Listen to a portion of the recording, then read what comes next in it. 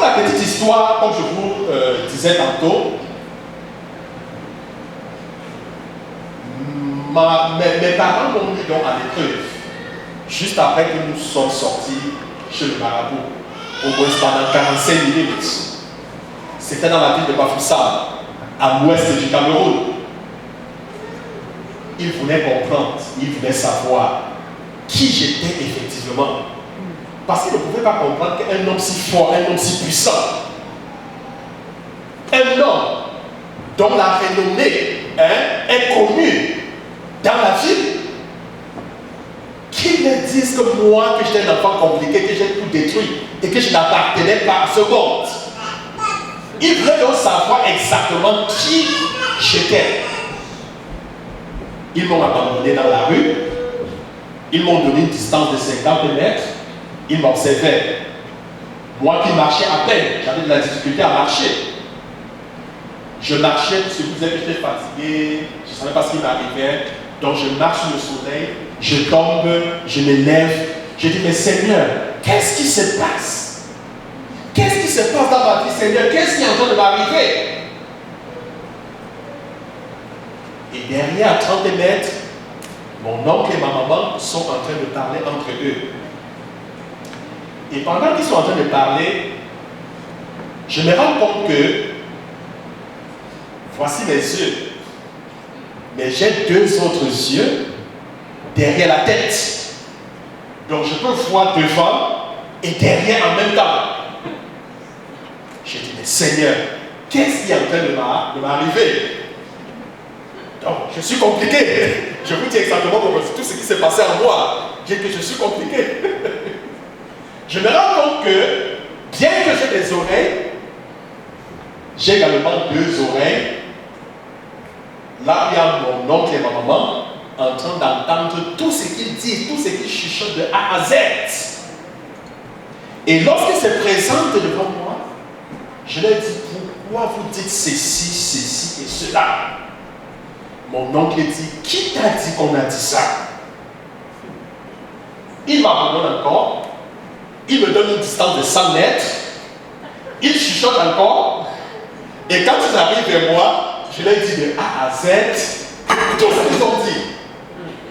À la troisième reprise, bien aimé, le Seigneur lui-même leur avait convaincu que j'étais compliqué.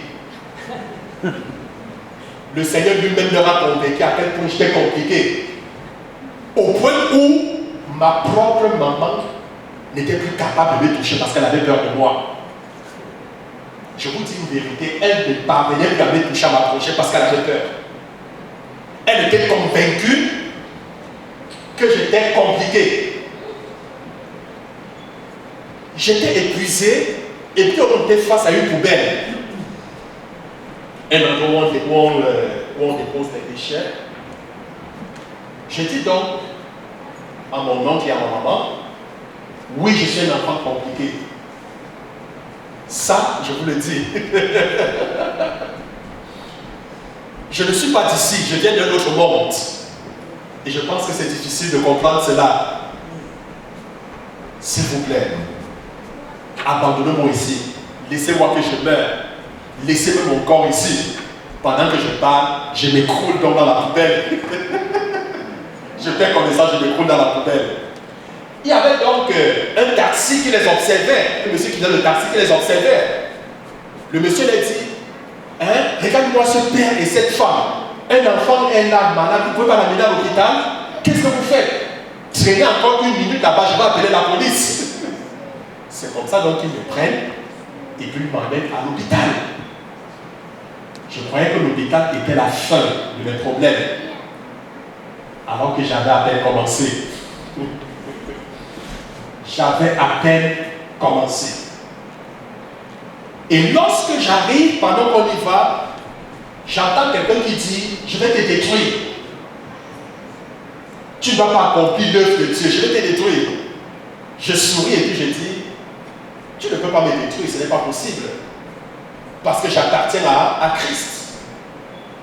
Et quand j'arrive dans l'hôpital, on me prend en charge. Bien aimé, Je suis mort 3 fois à l'hôpital. 3 fois, j'ai bien 3 fois. À l'instant que je suis arrivé à l'hôpital, 30 minutes après, j'ai rendu là. Qu'est-ce qui s'est passé? Je ne me sentais pas. Je sentais comment mon cœur devait lâcher. On m'a mis des perfusions et des consorts. Ma famille était tout autour de moi. À un certain moment, je me suis rendu compte que mon âme est sortie de moi. J'essayais de parler à ma maman qui était près de moi. Elle ne m'écoutait pas. La famille était là en pleurs, en train de se lamenter, et ainsi de suite. C'est l'espace de 5 minutes, hein, comme c'est celui qui tue 5 minutes. J'étais tout près d'eux, j'essaie de parler, elle ne me comprend pas, et puis c'est comme ça que j'entre encore dans mon corps. J'ai dit, Seigneur, qu'est-ce qui m'arrive? J'ai dit, Seigneur, quelle est cette épreuve? Pourquoi tu me fais passer ce genre d'épreuve, Seigneur? J'ai toujours été intègre avec toi. J'ai toujours été fidèle avec toi. Je n'ai pas connu le désordre comme les jeunes de mon âge font le désordre. Non. J'étais un enfant soumis, respectueux, qui craint vraiment le Seigneur. Je n'étais pas le genre de chrétien, comme on dit chez nous, un pied dedans, un pied dehors. C'est-à-dire le genre chancelant, qui est double vie. Non. Intègre, vraiment intègre. J'ai dit, Seigneur, pourquoi ces choses m'arrivent? 5 minutes après, je rentre l'âme encore pour la deuxième fois. Le même scénario. Je reviens en moi. 3e reprise, je rentre encore l'âme et je reviens encore en moi. J'ai fait 1 semaine à l'hôpital. On a fait tous les examens. On n'a rien vu comme maladie. Les médecins n'ont rien compris, ils étaient dépassés. La température monte 39, 37, 41, 36 et demi. Ça monte, ça descend. On a tout fait, je ne souffrais de rien. Donc, après les examens, j'étais l'homme le mieux, c'est-à-dire l'homme le mieux portant du monde. Mais pourtant, j'étais en train de mourir. J'étais en train de mourir. À l'hôpital, aucun chrétien ne pouvait me rendre visite. Je vous ai expliqué ma condition.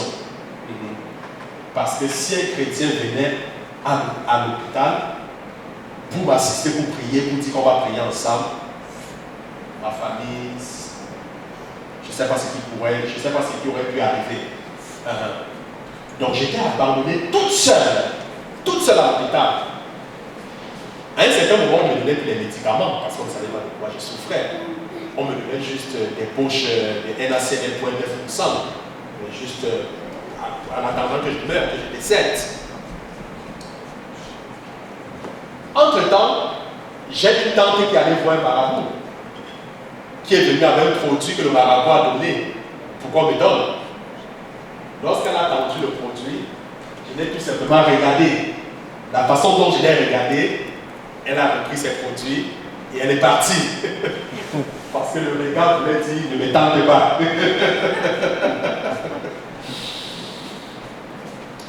Alors, bien aimé, à l'hôpital, je ne sais pas comment je vais vous décrire. Imaginez que vous êtes couché dans un lit, votre situation va de mal en pire. Quelqu'un arrive aujourd'hui, il sort, vous êtes dans la même salle d'hospitalisation que lui, il vous laisse parce qu'il a retrouvé la guérison, il s'en va.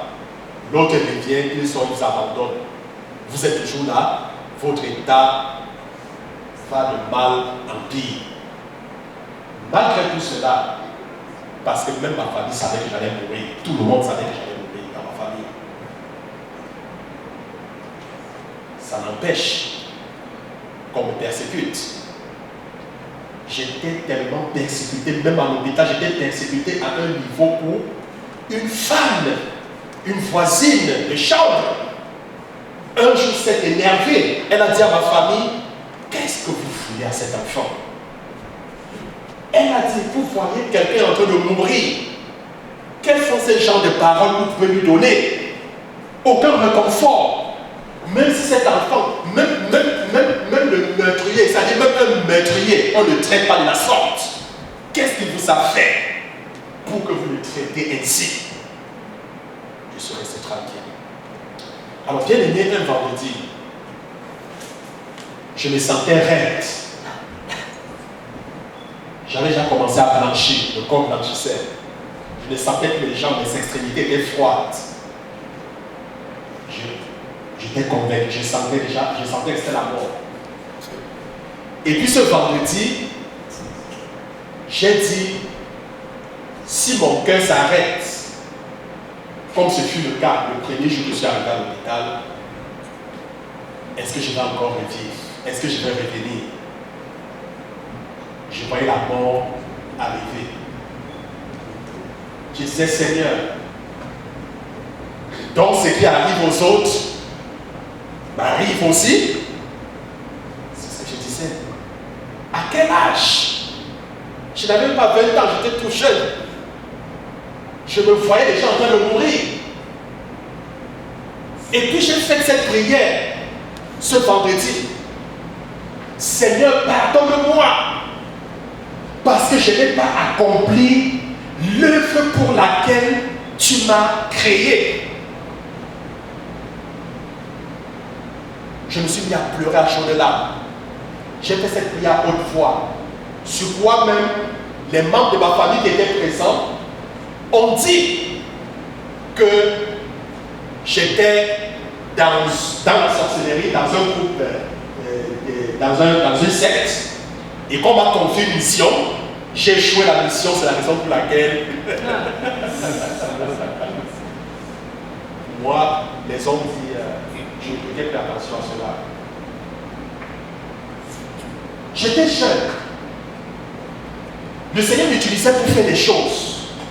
J'ai prié pour des femmes stériles qui ont fait 15 ans de mariage. Après avoir prié, le Seigneur leur a donné des enfants. Le Seigneur m'utilise pour faire des grandes choses, mais je me suis rendu compte que je n'avais pas accompli la mission pour laquelle le Seigneur m'avait créé, le Seigneur m'avait appelé. Je m'étais rendu compte que je mourrais étant jeune, sans avoir accompli cette œuvre. Et j'ai demandé pardon à Dieu parce que je savais que je mourrais. Le lendemain, le vendredi, mon oncle est allé, parce que le Cameroun est divisé en 10 régions. Il y a la région de l'Ouest. Il allait chercher le plus grand sorcier de l'Ouest, le plus grand marabout de tout l'Ouest. Parce que ma situation était désespérée. Il dit bien désespérée. Et le plus grand marabout dans l'Ouest a dit à mon oncle, faites-le venir. Il faudrait qu'il vienne de lui-même. Le diable est terrible. Hein? Ne le forcez pas, laissez-le venir de lui-même. Voilà ce qu'il faut, mais essayez tout simplement de le convaincre. Voilà, vous devez acheter 2 chèvres pour les sacrifices, vous devez acheter le sel, l'huile, etc. Il y a une liste de tout ce qu'il fallait faire. Alors, le diable, donc, sachant que j'étais sans espoir, parce que j'avais plus d'espoir, je savais que je mourrais. Si tu me donnais les sels, je dis qu'il y a les sels que Corneille mange, tu vas retrouver la guérison, j'aurais pu manger les sels pour être guéri. Parce que j'étais désespéré, j'étais sûr que j'allais mourir. Et justement, le samedi, mon oncle donc vient ayant tout arrangé avec le dit féticheur. Il me dit, Corneille, tu es un garçon très intelligent. Et je sais que tu t'es rendu compte de ce qui est en train de se passer ici à l'hôpital. Tu t'es rendu compte qu'on ne te donne plus aucun traitement. Parce que l'hôpital, on n'a rien décédé, on n'a rien vu. Donc les médecins, tous attendent que tu décèdes. J'étais dans le lit, je ne marchais pas. Hein? J'étais comme un squelette. Je ne marchais pas. Ils disent qu'ils attendent que tu décèdes. Et selon les pronostics, tu n'as même plus 4 jours pour vivre. Parce qu'ils sont convaincus que d'ici 4 jours, tu vas mourir. Mais donc, nous, donc, en tant que famille, qu'est-ce que nous faisons? On va te laisser mourir, toi, notre enfant? Je comprends parfaitement qu'il le faisait pour mon bien. Vous comprenez? Mais il ne faisait pas ce qui était juste, ce qui était correct. Bien qu'il le faisait pour mon bien, il ne pouvait pas comprendre cela. C'est la raison pour laquelle je n'ai jamais envoyé à ma famille. Est-ce que vous comprenez? Pour toutes les persécutions que j'ai subies, je n'ai jamais envoyé à ma famille.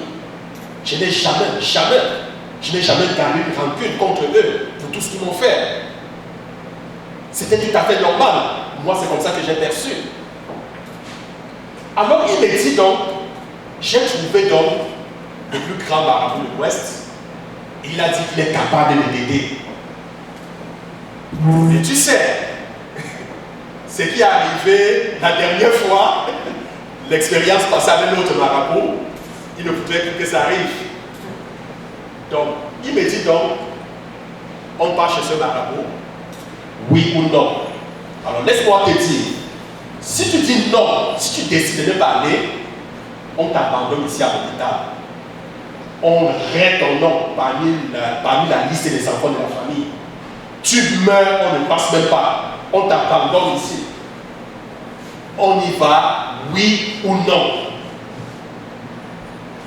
Une fois de plus, j'étais au pied du mur.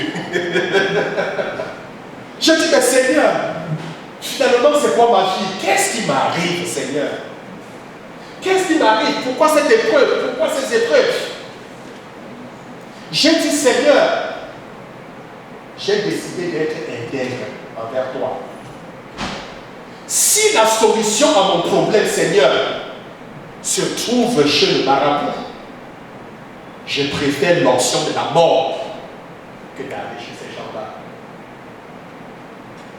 Quand je laissais la tête sur la prière que je faisais à Dieu, j'ai dit à Dieu, si véritablement la solution se trouve là-bas, et nulle part ailleurs, je préfère mourir que d'accepter compromettre, que d'accepter faire ce qui est contraire à tes yeux. J'ai dit à mon oncle que je n'y vais pas. Il a dit quoi? J'ai dit je n'y vais pas. Mon oncle s'est fâché, ma maman s'est fâchée, ils ont bavardé, ils m'ont abandonné à l'hôpital, ils sont partis. Je suis resté seul à l'hôpital.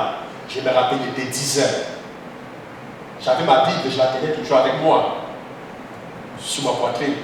Parce que si je la négligeais, on devait prendre et déchirer. J'ai prié à 7h, 10h. J'ai dit, Seigneur, je suis prêt à mourir. Viens et prends-moi maintenant. 11h, la mort n'est pas venue me chercher. 12h, la mort n'est pas venue. 14h, la mort n'est pas venue. 15h, 17h. J'étais là, j'attendais que la mort vienne. La mort n'est pas venue.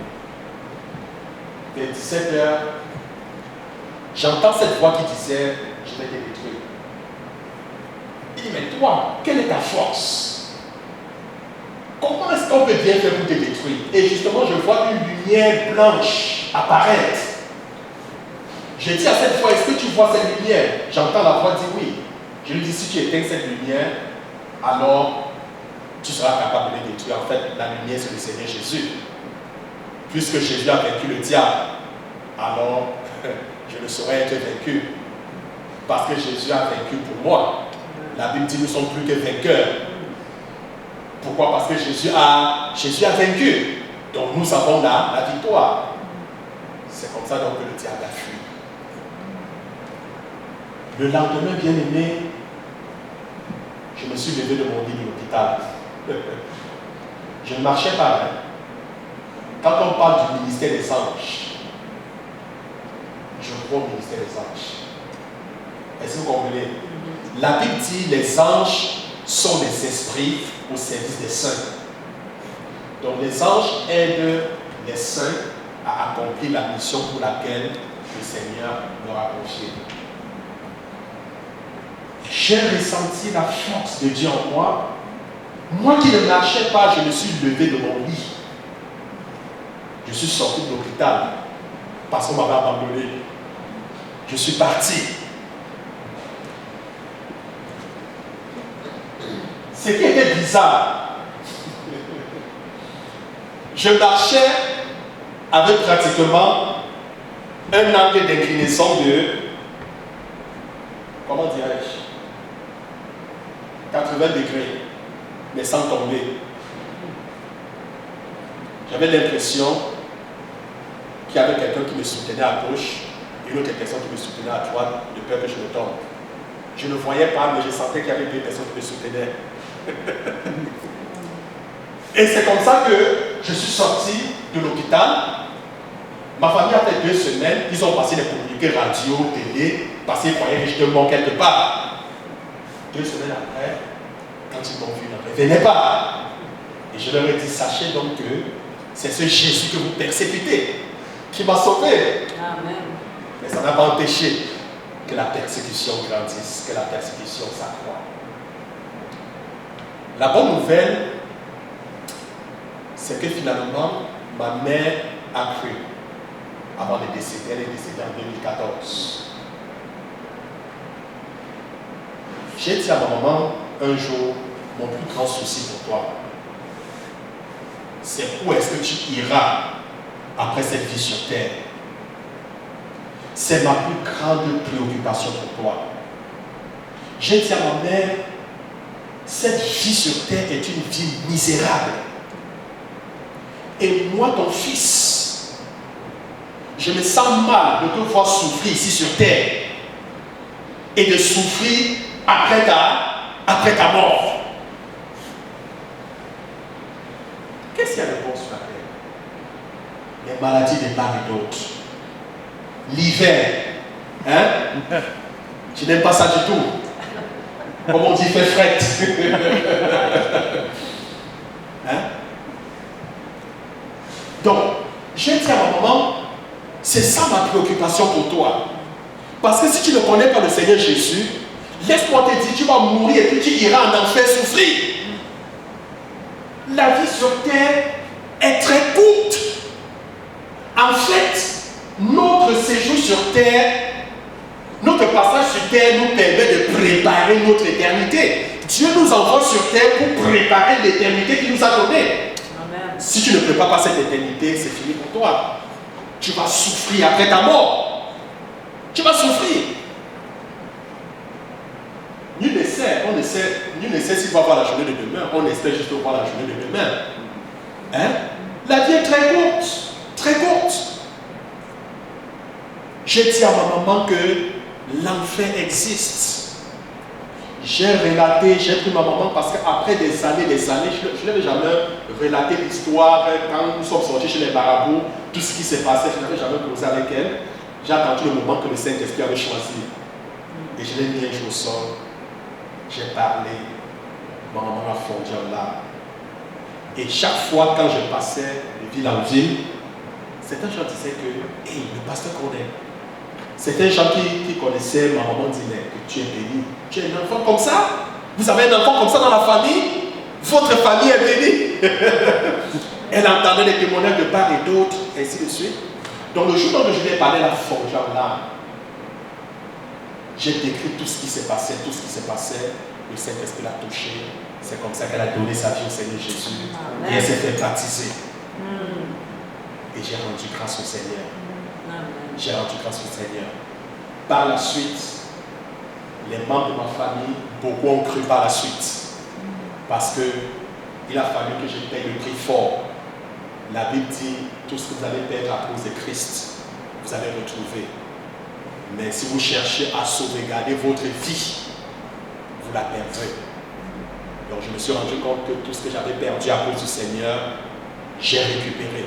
Amen. J'ai des frères, des sœurs qui ont cru au Seigneur Jésus.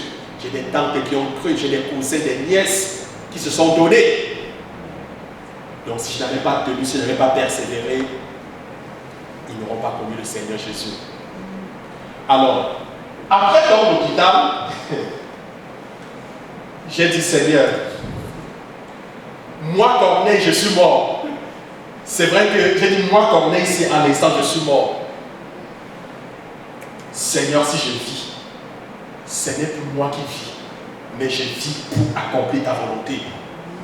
Quel que soit ce que tu voudrais que je fasse, dis-moi Seigneur, et j'obéirai. Wow. J'ai dit, Seigneur, dis-moi ce que tu voudrais que je fasse. Je suis complètement à ta disposition. C'est donc comme ça que j'ai suivi j'avais continué des études universitaires chez nous. Moi-même, j'ai payé ma scolarité, je ne peux pas vous dire comment, mais c'est le Seigneur qui pourvoyait. Je ne sais pas quel miracle. Par la suite, j'ai suivi une formation biblique chez nous. Et le Seigneur a voulu que j'aille au Nigeria pour suivre une formation en théologie à l'université d'Oyo. Et j'ai dit au Seigneur, je ne sais comment, j'ai dit au Seigneur, mais comment est-ce que je vais faire? Je n'ai personne pour prendre soin de moi. Le Seigneur me dit, écoute, tu es riche. Cesse de dire que tu n'as pas, tu es riche. Je dis, mais Seigneur, comment est-ce que je suis riche? Avant que je le sème, je me lève le matin, je ne sais pas ce que je veux manger. Tu me dis que je suis riche? Le Seigneur, à plusieurs reprises, me l'a dit, mon fils, tu es riche. Tu es riche. Au début, je ne comprenais pas la richesse dont il s'agissait. Mais à force que le Seigneur me le dise, j'ai compris effectivement que le Seigneur m'avait donné tout ce dont j'avais besoin. Je suis donc quitté et je suis allé étudier au Nigeria sans personne pour me soutenir.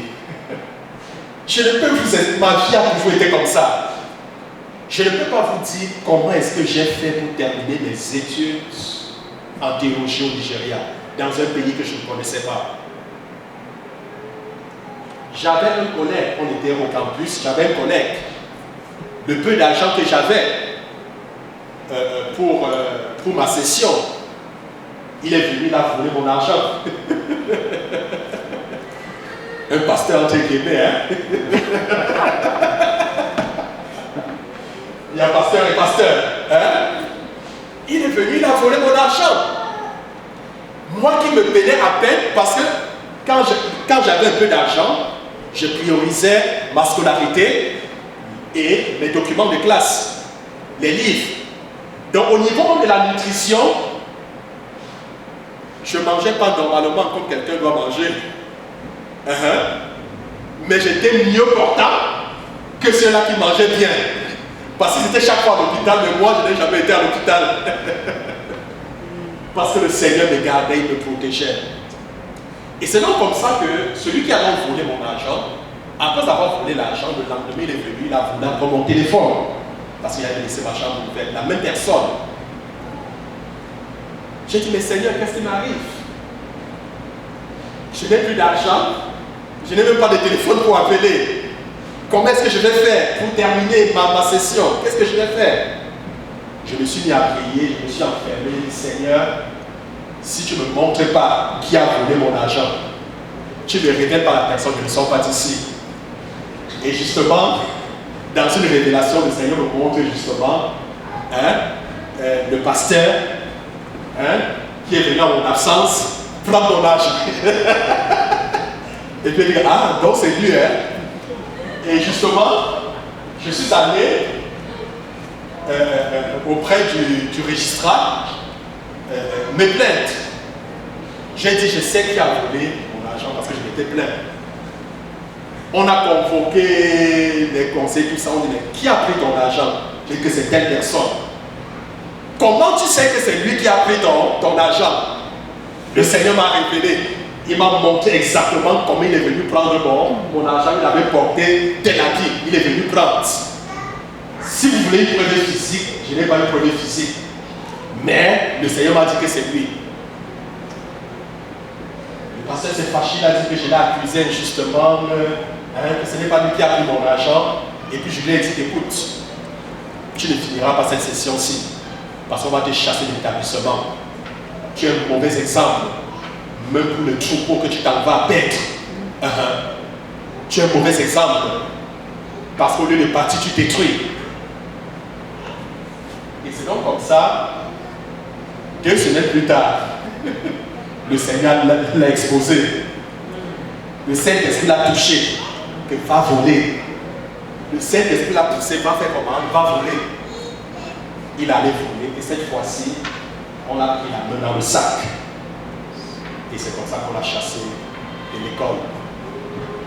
Et quand il est sorti de l'école, il est tombé malade, il a failli mourir. J'ai appelé et puis je lui ai dit, écoute, moi je t'ai pardonné depuis pour tout ce que tu as fait. Répands-toi parce que le Seigneur pardonne tous nos péchés. Et puis désormais, soit un homme honnête. J'ai prié pour lui pour que le Seigneur le guérisse. Et le Seigneur l'a libéré. Donc, j'ai eu des situations et des situations difficiles. Est-ce que je dois vous parler de l'épreuve de la mer? J'ai failli un jour mourir en mer, en pleine mer.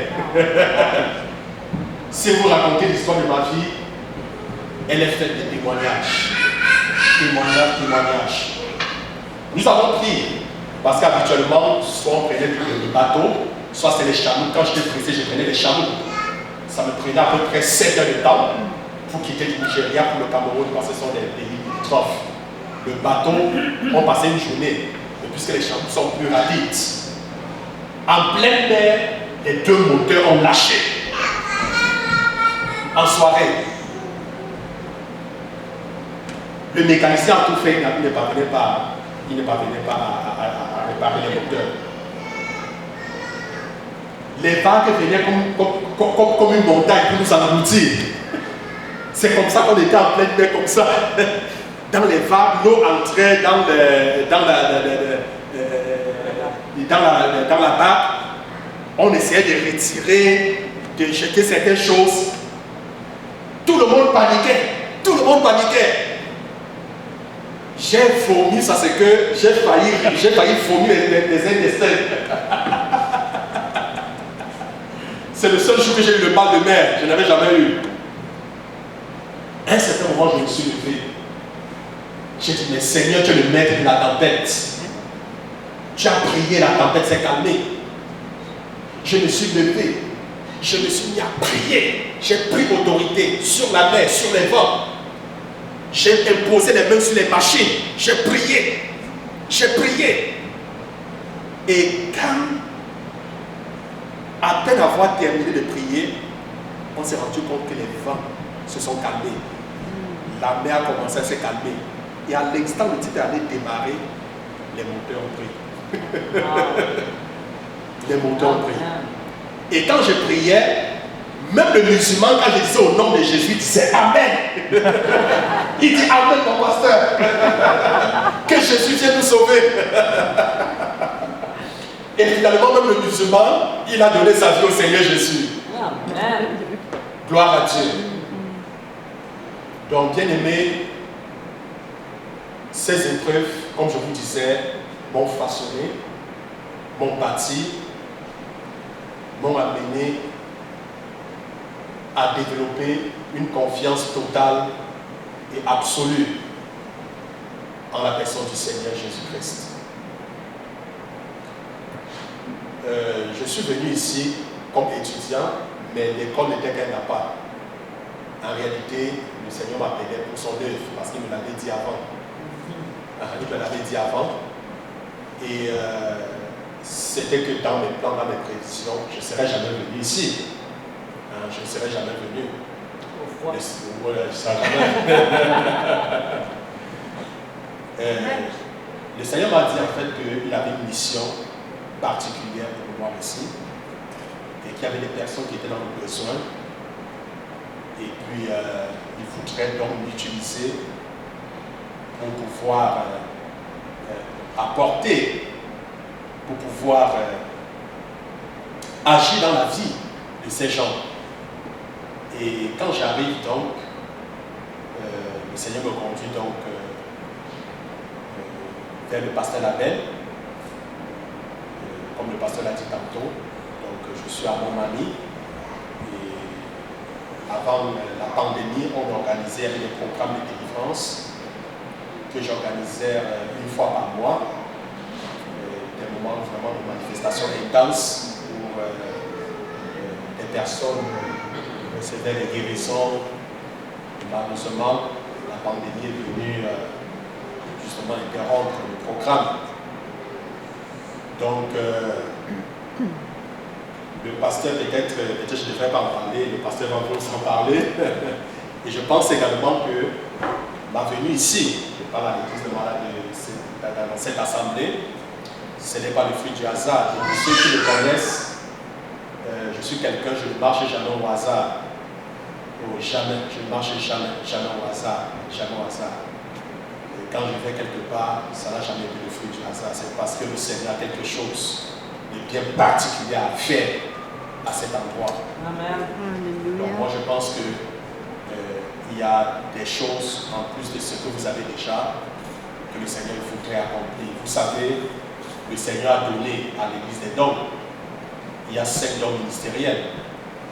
Donc, et puis, ces dons servent au perfectionnement de l'Église. Dans un certain moment, il faudrait que le Seigneur amène certaines personnes pour ajouter ce que vous avez déjà reçu. Est-ce que vous comprenez? Parce que dans la maison de Dieu,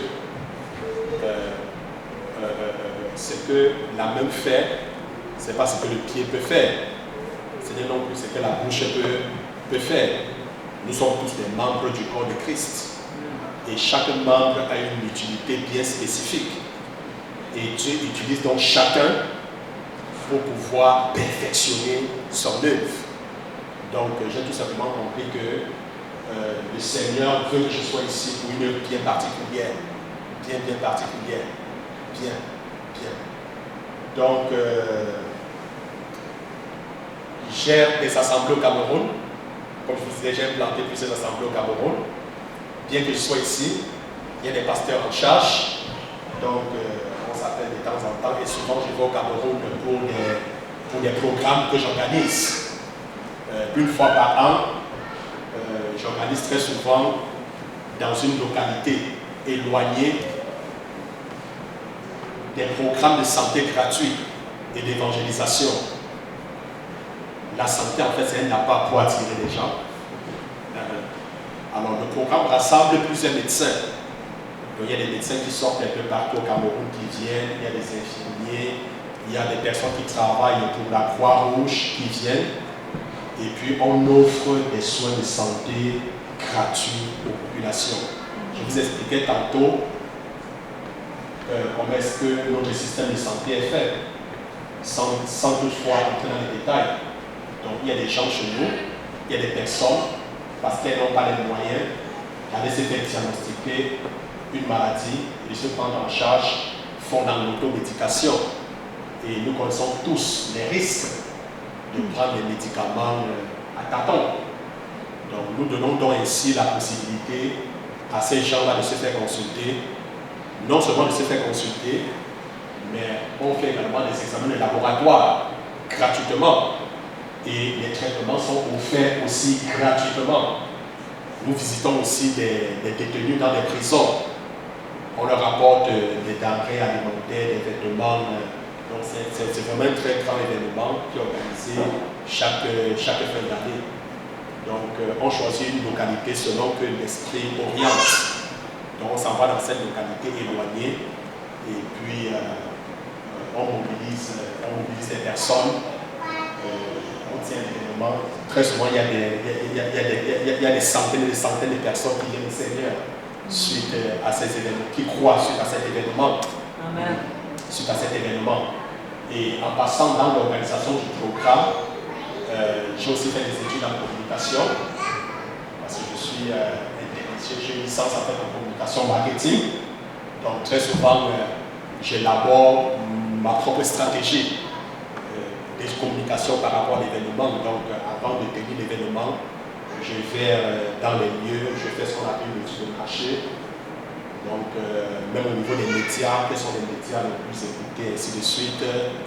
Et puis la gestion des médias, etc. Donc, même au niveau de la communication, soit des médias, que ce soit du porte-à-porte, en fait, je l'organise en fait comme ça. Cette année, malheureusement, on n'a pas pu tenir à cause de la pandémie du Covid. Donc, chaque année, depuis que je suis ici, chaque année, je me rends justement au Cameroun par rapport à cette œuvre. Donc, je bénis le Seigneur parce que, comme je vous disais, il y a beaucoup qui viennent au Seigneur, il y a beaucoup qui décident de croire. Amen. Amen. J'ai encore tellement de choses, mais si je continue à parler, je vous assure, on va rester jusqu'à 17h. Ça, je vous assure. J'ai tellement d'épreuves, tellement de choses à vous dire, tellement. Mais je pense qu'on va on va aller progressivement. Hein? Donc, la prochaine fois, peut-être même dans une prédication, je pourrais peut-être profiter selon l'esprit, peut-être en lien peut-être avec la prédication, donner un témoignage. Parce que si je veux juste raconter l'histoire de ma vie, j'ai l'impression que ma vie a toujours été faite d'épreuves. Épreuve sur épreuve. Épreuve sur épreuve. Alors, bien aimé, ce matin, je ne sais pas si tu es un enfant de Dieu. Je ne sais pas si tu as déjà pris l'engagement de dire, Seigneur, je reconnais que j'ai péché contre toi. Je voudrais que tu diriges ma vie. Je voudrais que tu sois au centre de toutes mes décisions.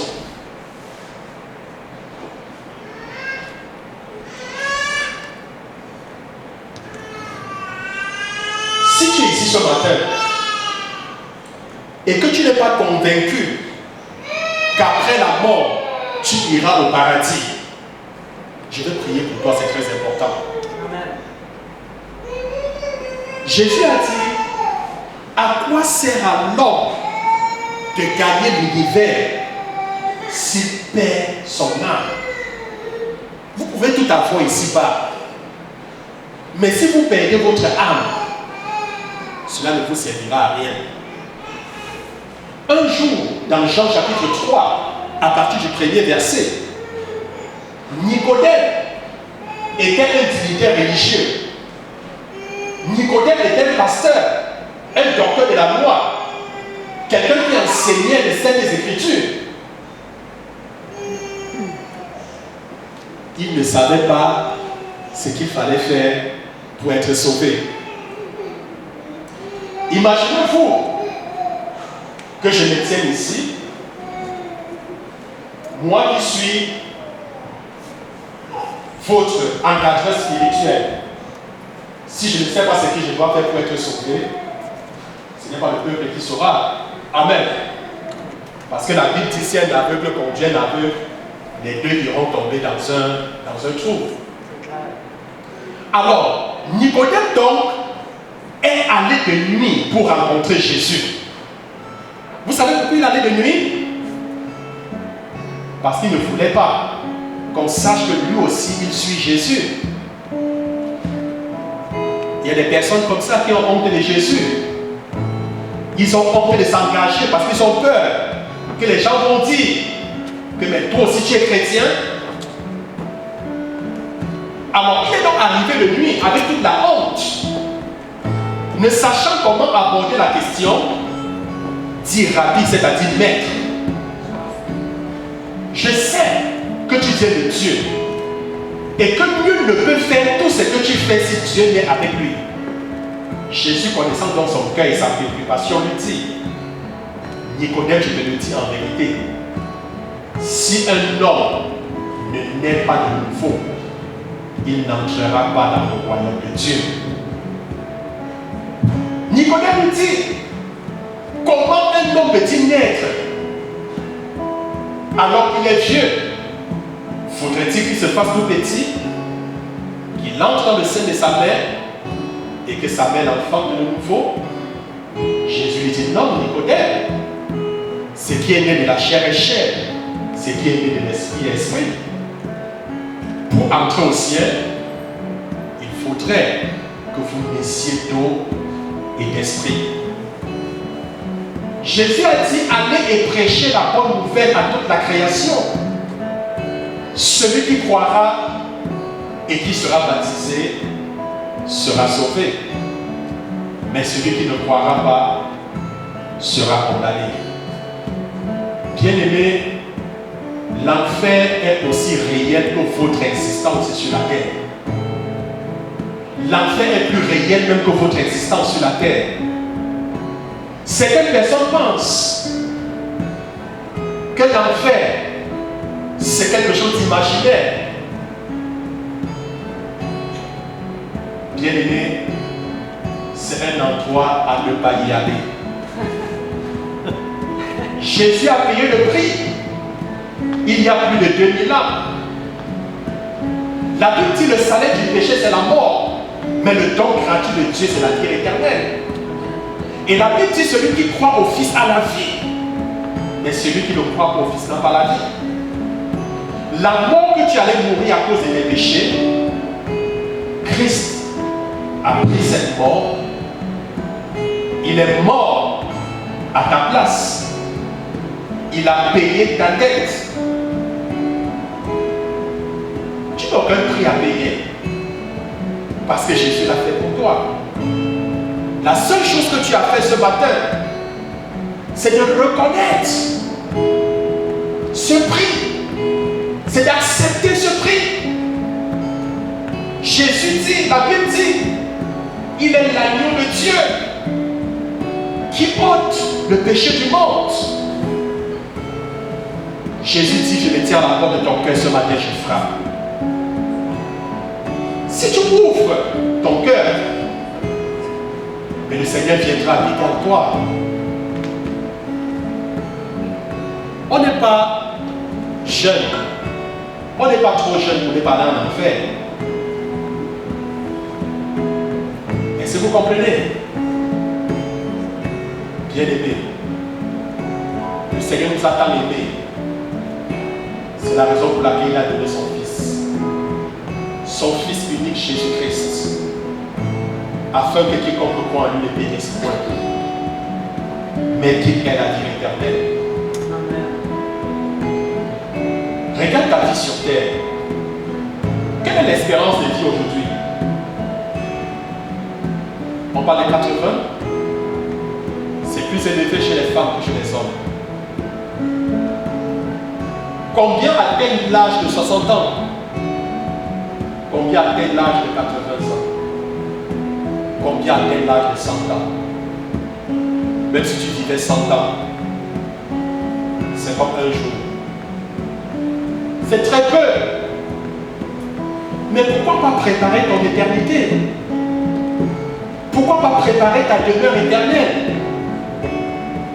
Le diable nous a tellement menti en nous faisant croire dans certaines religions que si tu meurs et que tu n'avais pas eu le temps de te repentir, ton âme va dans un endroit comme un purgatoire. Et puis les saints vont organiser les prières pour toi. Et Dieu va pardonner tes péchés. Tu vas quitter de là pour le paradis. C'est faux. Ton purgatoire, c'est sur la terre. C'est une façon d'encourager les gens à vivre dans le péché. La Bible déclare après la mort vient le jugement, parce qu'il est donné à l'homme de mourir une seule fois. Lorsque vous mourrez, à l'instant que vous fermez les yeux, votre sort est déjà scellé. Il n'y a rien qu'on puisse faire pour vous. Je dis bien rien, absolument rien qu'on puisse faire pour vous. Est-ce que tu entends la voix du Seigneur ce matin? Il dit, je frappe à la porte de ton cœur. Je frappe à la porte de ta vie. Tu ne peux pas te sauver. Le Seigneur voudrait pardonner tes péchés ce matin.